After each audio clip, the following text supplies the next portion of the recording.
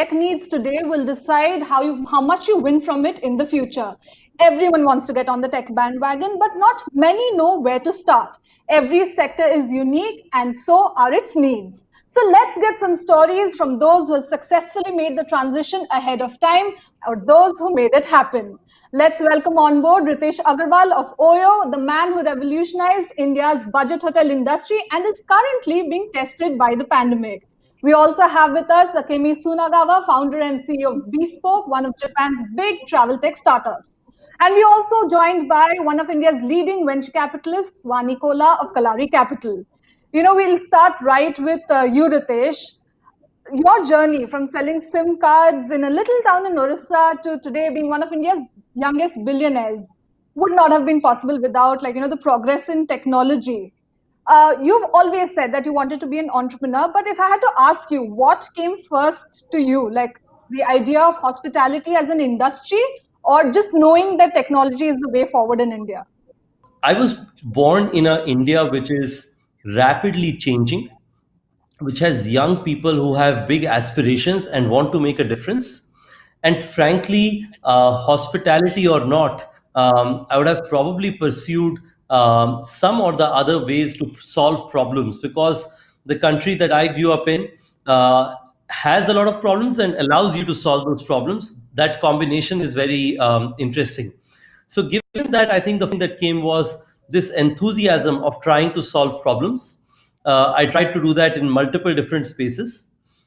Hospitality came about because in my travels, I would find constantly that on one side, small hotel owners and homeowners found extremely hard to be able to get a reasonable quality, get good technology in their assets, and generate more value in their underlying buildings. And consumers found it incredibly hard to find good quality spaces which were easy to book. So I felt I should probably try and solve it. As naive as you can imagine, but over time that's done okay. But as you mentioned, we are being tested by the pandemic, and we are at it to make sure that we can come out of this crisis as a resurgent company. Talking about the crisis situation, Akemi, coming to you, the pandemic is testing the resilience, as Ritesh said, right, of every business, but none more so than the hospitality business. And you offer artificial intelligence driven chatbots as an interface between travel and tourism industry and customers. So for you, unlike Oyo, tech is at the center of everything you do. But in what way do you think tech can help the travel and tourism industry, revive the sector? If you could share some specific ideas or experiences from the pandemic time. Sure. To get started, Bespoke is the company I started all along 5 years ago.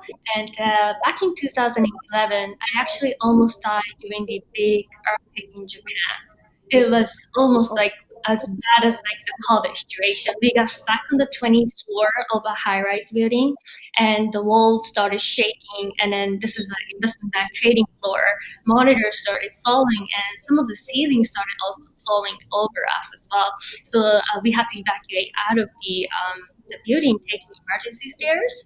And when we got to the ground floor, it was almost like the Godzilla movie. We did not know what was going on. We had no idea of the situation, all the stuff that was happening at the nuclear plants. And then the worst part of the story was that, like, not knowing what was going on real time in different languages. All the information was only available in Japanese, so many foreigners got freaked out and they just escaped out of the country. And I felt like the event itself was bad enough, but like just like lack of information, it's just the information gap that created so much problem. So today, my company actually addressed that issue. We provide emergency communication, and during like pandemic times, in the beginning, we started getting a lot of messages, people asking about like where to buy face masks and like to do in order to prevent like the virus and all that stuff. But now it's like September, actually October, I forgot, October, and like majority of people are actually asking questions around travel restrictions. There's like so much demand out there still. People are stuck in countries, but they just want to travel. They're constantly looking for new information, updating information on like what they can do, where they can go to, even like today. So to answer your question, there are a lot of opportunities out there, especially in like Asia Pacific market, where well, in countries where COVID is under control, because there's so much appetite in the travel sector. Still, people are looking forward to travel, but then now safety and I think safety has become the new standard that everyone really look for, and that's like something that I feel like we can help with. All right. But essentially what Ritesh and Akemi are saying, that no matter how old a business, it's the fresh ideas and perspectives that keep them ticking. And that's where I'll come to you, Vani. You deal with aspiring entrepreneurs on a daily basis. But have your expectations from an entrepreneur changed during the last few months? And at the core, we are all people, and we are all aspiring at all times about something or the other, and none of us are immune to the challenges of what we face. But specific to entrepreneurs, I mean, I just think that tough times sometimes are blessings, because they bring out the best in us, that at times we are not even aware that we are capable of. It's a little bit like Hanuman or something, so there is potential in each of us that I think gets unleashed. So good entrepreneurs, I think there is a core positivity and optimism to entrepreneurs. Without that, you actually can't do this during crisis or otherwise do this job. And I think great entrepreneurs thrive to find that balance under pressure, to make the short term difficult decisions that they have to make, and aspire for the long term outcomes. That's possibilities, right? And I'm seeing so many entrepreneurs do that here in India, elsewhere in the world. But I mean, we were just chatting, right? She's doing a great job of that, and I don't know much about Akemi's business, so but I'm very positive that all entrepreneurs, despite whatever the short-term challenges, if they are really vested and rooted into their vision, they'll make the short-term compromises and choices they have to make, and they will create great companies out of the future. And of course, there's enough literature out there that shows that, enough research out there that shows that some of the greatest companies have actually always been built coming out of certain crises. But when you talk about technology and travel and tourism, you can't, you have to talk about OYO. But Ritesh, how have your investments in technology increased during the pandemic, and have they been in particular areas? Like, are you optimizing costs? Are you enhancing user experience? Or are you looking at expanding in new business areas that don't necessarily depend on, say, physical interface? Sure. Look, I think to begin with, fascinating insights from both of our co-panelists, and of course, to begin with, what we are seeing in the times to come, I don't think that you have a business if technology is not at the heart of the execution in each part of the business, right? Whether it is growth, whether it is operating efficiency, whether it is new consumer segments, or so on. So let me give two examples, as Akemi has been talking about some of the early results in Japan. So Japan has recently launched a national campaign called the Go-To campaign, where the government is promoting people to travel domestically. As soon as we integrated that onto our website, our transactions on the website went up by like 2 or 3 times because the government is subsidizing a part of the transaction. And on the other, pre-pandemic, probably only 15% of our customer queries were being responded to by bots. And now it would be probably 85 or 90% of them. Because the pandemic forced us to be able to use it, not just as our customers as well. Because earlier we used to have large call centers with hundreds of people sitting in them. But now you can't have all of them working in one place. As soon as they had to work from home, it became inefficient. So taking these examples into a macro view, we are using technology for forward-looking growth in markets and segments that we are seeing upside in. So for example, we are seeing weekend travel work more. We are seeing essential, travelers increase. We are doubling down there. We are using this as an opportunity to improve our services for our hotel owners. For example, our OS.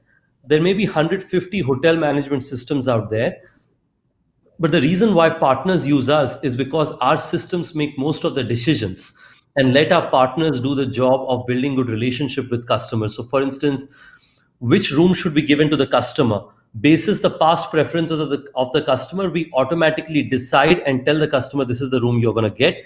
The partner can change it if they want. Whether it is the reconciliation of 50 different channels, all of those are automated.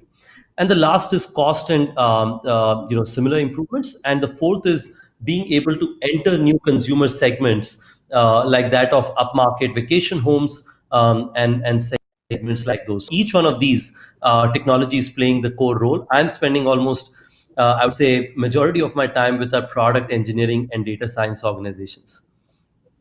Okay. All right. Vani, you bet on tech startups long before it became like a hot thing to do. And when you talk about tech in India, you have to talk about Jio today, right? Three of your past exits, Imbibe, Haptic, Zivame, are now with the country's richest man, Mukesh Ambani. I want to know, like, do you have the sharper eye? Are we going to see a fourth exit there as well? Who knows? We are ready to sell companies and consolidate, and Ritesh may buy the next company. And look, consolidation. Talking about consolidation, I think there are few companies that break out to be platform companies, and platform companies, get the network effect and can sell many products because there's a certain trust and engagement of the brand, right? A hotel company could probably sell, certain food, beauty products. I don't know, right? I mean, we have seen all kinds of things happen, but ultimately the battle is going to be around customer engagement and trust. That's really what companies are selling, and that takes certain virality to happen from your product, and certain kind of access to capital. Now, those companies that have large platform companies, Jio is one of them, but fortunately in India we have had entrepreneurs build many platform companies, and more, I think, to come. We haven't done to the degree that China and US have built from either Tencent or Baba, or obviously the FANGs, the Facebook, Amazon, Microsoft, Apple, and so forth. So but that's really my hope and commitment to work towards that in India. What inspires me and what motivates me to do the job that I do. But consolidation is also a real part of that. And we are seeing a process of that which didn't exist a decade ago, where once the companies have built these large platforms, they are like big banyan trees. A lot of, other things can be sort of leveraged under those umbrellas. And I think, that's if you look at the number of companies that Google has bought, or in India also, I think we are seeing that happen right now. So I definitely expect consolidation. And my answer to some of the entrepreneurs is, as much as I would love to see you take your company IPO, you have to be smart about whether you're better off building this company independently, or after you reach a certain scale, whether you will get better value out of being part of a larger platform. And it was really that thinking why even early on we were open to selling Myntra, which was thriving. And I think it was a three-way win-win for the investors, for Flipkart, for Myntra, and so forth. So I think selling is not a sellout. And I think that mindset, did I sell out? I don't think it has to be that way. There is a continuity of a journey. And so what I'm seeing right now is more openness, both by the entrepreneurs, CEOs of these large enterprises to consolidate and promote, on their platforms, and by investors and founders to be open to dialogue and discussion. Completely agree with you there, Vani. But coming to Akemi about a broader horizon and talking about Asia Pacific businesses.